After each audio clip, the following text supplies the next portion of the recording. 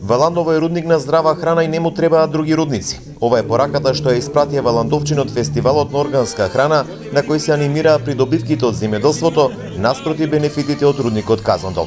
Валандовчани на повеќе штандови го презентира органското производство и преработките од него. Имаме органски, како што можете да видите, органски сушени јапонски јаболки, органски бадеми, органски калинки и органски кајси. Сето тоа е богатство што овде го имаме и сега одеднаш некој тоа богатство сака да ни го земе.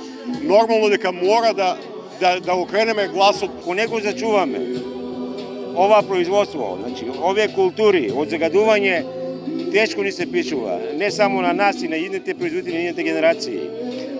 Се што гледате е чисто еколошко, од маслинка до кајсија, сокот од калинка. Инвеститорот треба да понуди повеќе информации на граѓаните за влијанието на рудникот Казандол, беше дециден експертот по заштита на животната средина Бошко Ников. На луѓето се уште им фалат информации кои инвеститорот морал да ги обезбеди.